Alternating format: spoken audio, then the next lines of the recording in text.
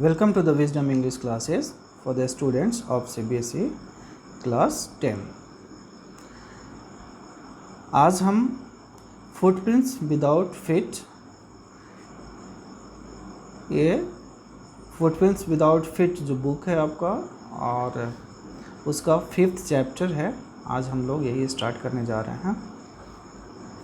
तो इस कहानी में हम देखेंगे can a man become invisible, क्या कोई आदमी इनविजिबल हो सकता है। This is the story of a scientist who discovers how to make himself invisible. तो एक कहानी है एक साइंटिस्ट की जो डिस्कवर करता है कि वो खुद को कैसे इनविजिबल बना सकता है। तो डज ही यूज़ और मिस यूज़ हिज डिस्कवरी। इस कहानी में हम देखेंगे कि अपना जो ये इसका डिस्कवरी है, जो इन्वेंशन है, तो उसका वो यूज़ कर रहे हैं या मिस यूज़ कर रहा है। और एक फिल्म भी इस तरह की आई थी, वो मिस्टर इंडिया, अनिल कपूर की वो फिल्म थी। उसमें भी वो दिखा रहा था कि वो इनविजिबल हो जाता है और इनविजिबल होकर अपने दुश्मनों से बदला लेता है। तो देखते हैं इस कहानी में और क्या क्या होता है। Read and find out how did the invisible man first become visible, why was he wandering the streets. ये सारा क्वेश्चंस हम पढ़ने के दौरान ही डिस्कस हम लोग करेंगे। So let us start. The two boys started in surprise at the fresh muddy imprints of a pair of bare feet. दो लड़के हैं और उनके सामने बस बेयर फीट और मडी बेयर फीट का इम्प्रिंट्स दिखाई दे रहा है, जो आगे चलने की तरह दिख रहा होता है। और ये दोनों लड़के काफ़ी सरप्राइज्ड हैं कि कोई आदमी तो दिख नहीं रहा है, लेकिन आदमी का जो मडी और बेयर फीट है उसका इम्प्रिंट्स चलते हुए दिख रहा है बस। What was a bare-footed man doing on the steps of a house in the middle of London? And where was the man? तो ये सरप्राइज़ है दोनों बच्चों के लिए। उनको लग रहा है कि इस तरह से बेयर फुट जो आदमी है वो लंदन के शहर में किस तरह से वो चल रहा है और वो उसका सिर्फ फुट इम्प्रिंट्स ही दिखाई दे रहा है, वो आदमी दिख नहीं रहा है। And where was the man, फिर वो आदमी है कहाँ, ये फुट प्रिंट्स वाला आदमी। इस तरह से वो काफ़ी सरप्राइज्ड हैं दोनों बच्चे। एज दे गेज्ड, वो ध्यान से देखते हैं। A remarkable sight met their eyes, तो उन दोनों बच्चे को कुछ एक स्पेशल चीज़ दिखता है।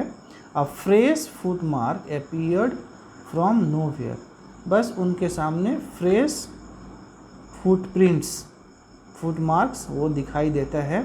वो आदमी दिखाई देता नहीं है, लेकिन बिल्कुल भी फ्रेश है, मतलब कि अभी अभी का ही वो इम्प्रिंट्स है। फर्दर फुटप्रिंट्स फॉलोड और वन आफ्टर अनदर, और वो जो फुटप्रिंट्स थे वो सिर्फ बिल्कुल भी स्टैंड स्टिल में नहीं थे, वो मूव कर रहे थे आगे, एक के बाद दूसरा, दूसरा के बाद तीसरा, ऐसे करके वो स्टेपिंग ले रहे थे, जैसे कोई आदमी चलता है और उसका फुटप्रिंट्स दिखाई देता है उस तरह से। Descending the steps and progressing down the street, तो ऊपर से आते हुए स्टेप्स उसके दिख रहे होते हैं और वो स्ट्रीट की तरफ चला जा रहा है। The boys followed fascinated until the muddy impressions became fainter and fainter and at last disappeared altogether। तो वो लड़के काफ़ी एक्साइटेड हो गए, काफ़ी क्यूरियस थे कि ये क्या बात है, सिर्फ फुटप्रिंट्स चलते हुए दिखाई दे रहा है, कोई आदमी दिखाई दे नहीं रहा है। वो काफ़ी फैसिनेशन में उस फुटप्रिंट्स को वो दोनों बच्चे फॉलो करते हैं और तब तक फॉलो करते हैं जब तक कि वो धीरे धीरे फेंट करते चला जाता है उसका फुटप्रिंट्स, और लास्ट में टोटली डिसअपीयर हो जाता है।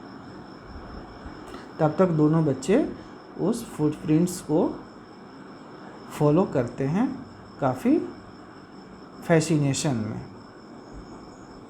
The explanation of the mystery was really simple enough.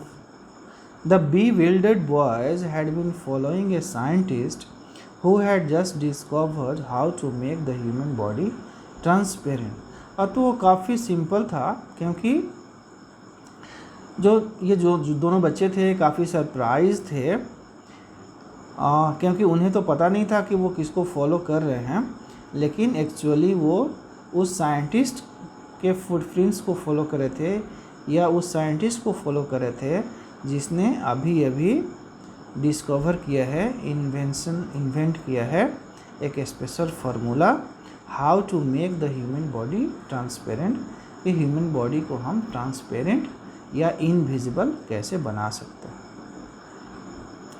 Griffin the scientist, उस साइंटिस्ट का नाम ग्रिफिन होता है, had carried out experiment after experiment to prove that the human body could become invisible.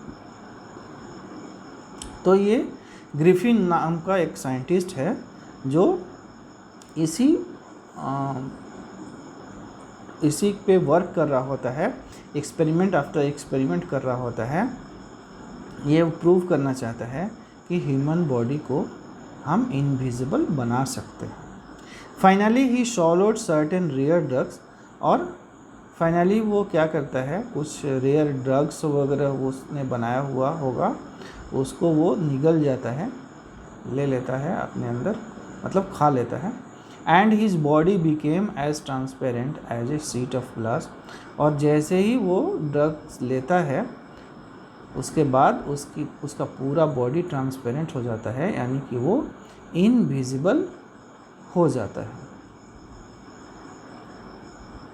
बिल्कुल as transparent as a sheet of glass. Sheet of glass में जैसे light जलता है ग्लास के शीट में और वो पार हो जाता है, रिफ्लेक्ट नहीं करता, उसी तरह से उसका पूरा बॉडी ट्रांसपेरेंट हो जाता है जैसे ही वो सर्टेन ड्रग्स वो निगलता है।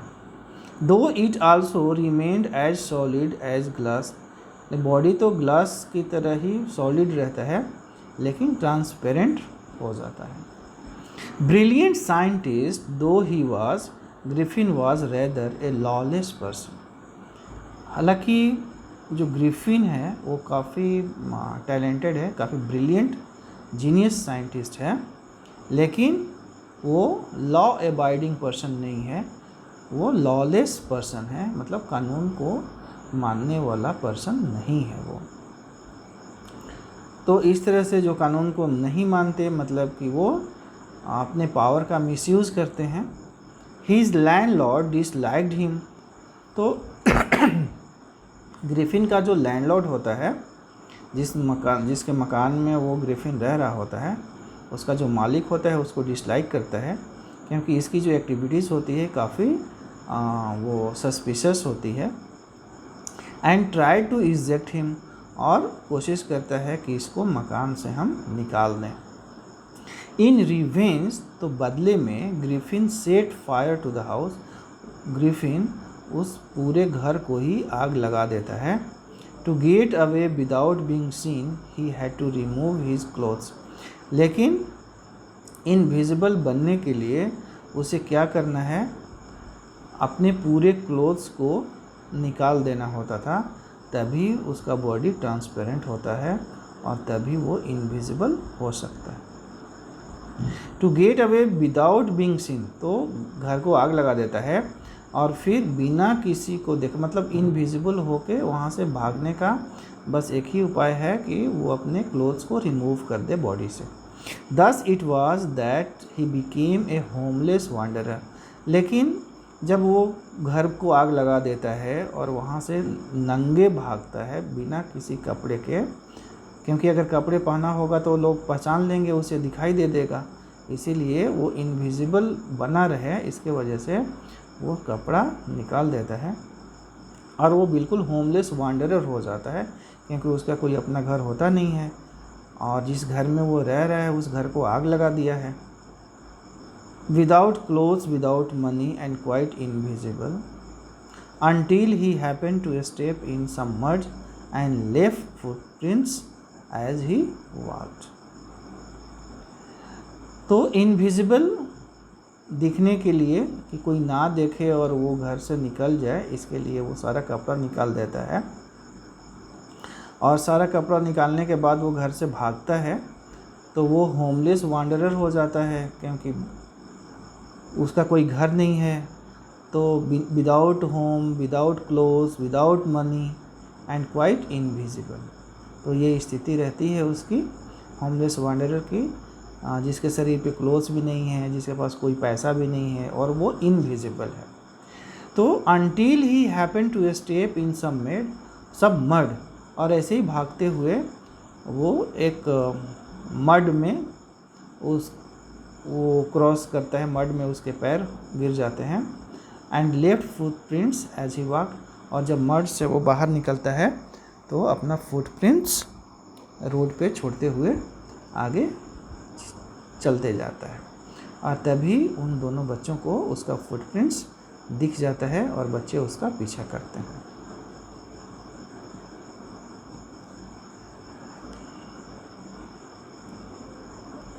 तो he escaped easily enough from the boys, वो दोनों बच्चों से तो बहुत ही आसानी से वो बच जाता है। Who followed his footprints in London, जो लंदन में उसके फुटप्रिंट्स को फॉलो कर रहे होते थे। But his adventures were by no means over, लेकिन उसका जो एडवेंचर्स है वो अभी ओवर नहीं होता है। He had chosen a bad time of the year to wander about London without clothes, लेकिन जिस समय वो आग लगा के घर को और बाहर निकलता है बिना कपड़े के, तो वो वेदर कंडीशन अच्छा नहीं होता है, काफ़ी बिटर कोल्ड है, मौसम काफ़ी ठंड है।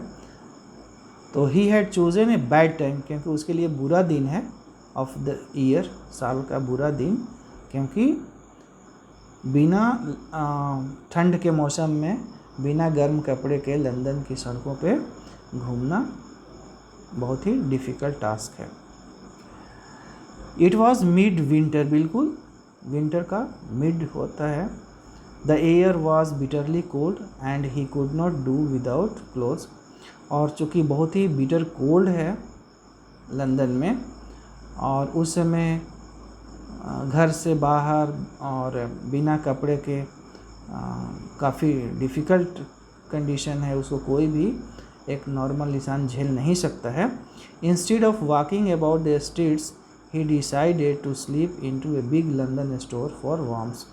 तो वो काफ़ी ठंड है, उसको ठंड बिल्कुल भी बर्दाश्त वो नहीं कर पाया, और फिर वो अपने को थोड़ा गर्मी देने के लिए कहाँ जाके छुपता है, sleep into a big London store for warmth. तो एक स्टोर हाउस में मॉल के अंदर घुस जाता है ताकि वहाँ कुछ गर्मी मिले उसे।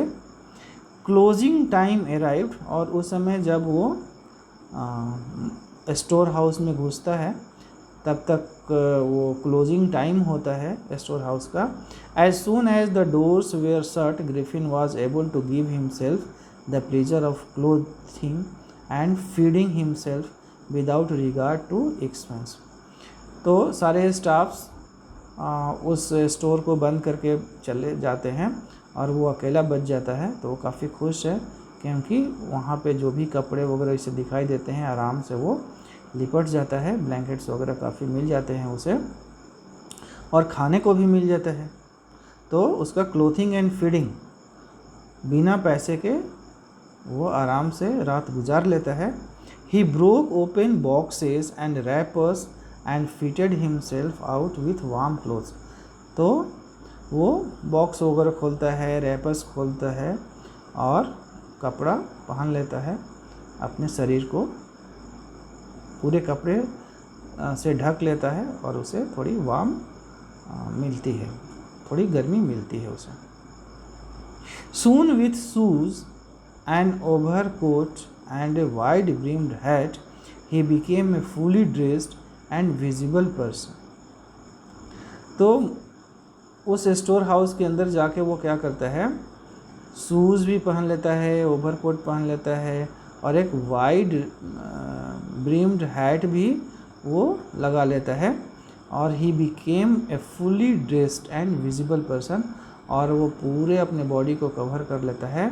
And now he is a visible person, अब वो किसी को एज ए नॉर्मल पर्सन दिख जाता है। In the kitchen of the restaurant he found cold meat and coffee. Restaurant के किचन में वो जाता है, वहाँ पे उसे मीट और कॉफ़ी मिलता है। And he followed up the meal with sweets and wine taken from the grocery store. फिर ग्रोसरी स्टोर से स्वीट्स और वाइन उसे मिल जाता है। Finally he settle down to sleep on a pile of quilts, और इतना सारा भोजन करके वो पाइल ऑफ क्विल्ट्स पे जाके सो जाता है आराम से। If only Griffin had managed to wake up in good time all might have been well. तो अगर वो सुबह में बिल्कुल जग जाता तो सब कुछ नॉर्मल रहता, कोई गड़बड़ नहीं हो सकता था उसके साथ। As it was, he did not wake up until the assistants were already arriving next morning. लेकिन उसे सुबह जगने में देर हो जाती है और तब तक उस स्टोर हाउसेस के जो स्टाफ्स हैं, जो असिस्टेंट हैं, वो आ जाते हैं। When he saw a couple of them, और जब उसे दिखाई देता है ग्रिफिन, जब देखता है कि अरे यहाँ तो उस स्टोर हाउस के स्टाफ्स आ गए। When he saw a couple of them, तब वो क्या करता है, अप्रोचिंग, और जब उस स्टोर हाउस के स्टाफ दरवाज़ा खोल के अंदर आते हैं तो देखते हैं कि अरे इसके अंदर तो एक आदमी है, तो उस तरफ वो उसके तरफ जाते हैं। तो अपने तरफ आते हुए जब ग्रिफिन स्टाफ मेंबर्स को देखता है, स्टोर हाउस के जो असिस्टेंट्स होते हैं उनको देखता है, तब वो क्या करता है, he panicked and began to run, तो काफ़ी घबरा जाता है और भागने लगता है वहाँ से। दे नेचुरली गेव चेस, अब उसको भागते हुए देख के जो उस असिस्टेंट्स हैं, जो स्टाफ्स हैं स्टोर हाउस के, वो उसका पीछा करते हैं।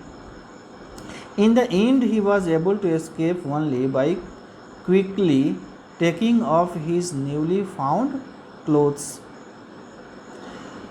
लेकिन जब वो भाग रहा होता है, उसके पीछे पीछे स्टाफ मेंबर्स जो असिस्टेंट हैं स्टोर हाउस के, वो दौड़ रहे होते हैं। तो इसको लगता है कि अब तो हम पकड़ा जाएंगे। तब एक उपाय उसके पास ऑलरेडी है ही, वो अपना कपड़ा निकाल लेता है अपने बॉडी से, और जैसे ही कपड़ा निकालता है वो बिल्कुल इनविजिबल हो जाता है। In the end he was able to escape only by quickly taking off his newly found clothes. तो जो नया कपड़ा वो पहन रखा था स्टोर हाउस में, उसको वो निकाल के फेंक देता है, और जैसे ही कपड़ा फेंकता है वो फिर से इनविजिबल हो जाता है और वो बच जाता है। So once more he found himself invisible, और फिर से एक बार वो अपने को इनविजिबल कर लेता है। But naked in the chill January air, लेकिन जनवरी का महीना है, काफ़ी एक्सट्रीम कोल्ड है, बहुत ही बिटर कोल्ड है, तो ऐसे में बहुत मुश्किल है बिना कपड़े के रहना। This time he decided to try the stock of a theatrical company in the hope of finding not only clothes but also something that would hide the empty space above his shoulders। तो फिर वो कहाँ पहुँचता है? This time he decided to try the stock of a theatrical company, एक theatrical company के अंदर वो चला जाता है। In the hope of finding, ये सोच के कि इससे यहाँ कुछ स्पेशल क्लोथ्स मिल जाएंगे, इन the hope of finding not only clothes, ये सोच के वो अंदर जाता है कि वहाँ से सिर्फ वो उसे क्लोथ्स ही नहीं मिलेगा, but also something that would hide the empty space above his shoulders. तो ये सोच के वो थिएट्रिकल कंपनी में अंदर इंटर करता है कि उसे सिर्फ कपड़ा ही नहीं मिलेगा, बल्कि उसके शोल्डर से ऊपर का जो हिस्सा है उसको भी कवर करने का कुछ उपाय हो सकता है वहाँ।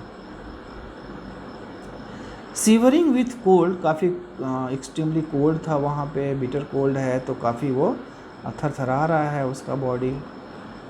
Severing with cold he hurried to Drury Lane the centre of the theatre world, और थिएटर वर्ल्ड वाले सेंटर में वो पहुंच जाता है ठंड से कांपते हुए।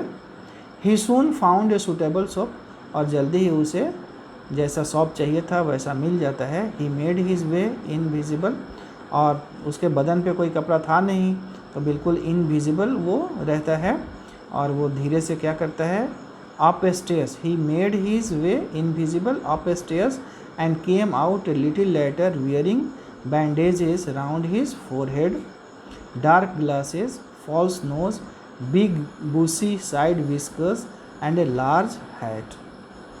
तो थिएट्रिकल कंपनी में इनविजिबल होके वो ऊपर जाता है, और वहाँ से जब बाहर आता है तो वो बिल्कुल भी चेंज्ड होता है, क्योंकि ढेर सारे क्लोथ्स और क्लोथ्स के अलावा भी बहुत सारा चीज़ वो आपने पहन रखा है, जैसे कि bandage.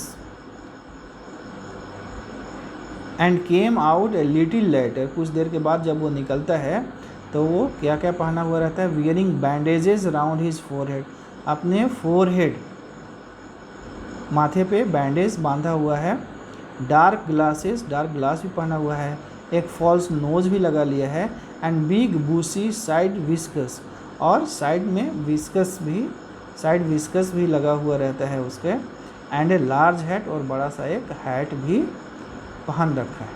To escape without being seen he closely attack the shopkeeper from behind, और to escape without being seen, कोई देखे नहीं और वो आराम से निकल जाए उस शॉप से, तो वो क्या करता है, he closely attack the shopkeeper, shopkeeper को पीछे से अटैक करता है। After which he robbed him of all the money he could find, और उसके पास जितना भी पैसा होता है उसके ड्रॉर में उसका सारा पैसा भी ले लेता है और वहाँ से भाग जाता है। इसी नोट पे ये कहानी समाप्त होती है। Thank you very much. In next part we will discuss all the questions।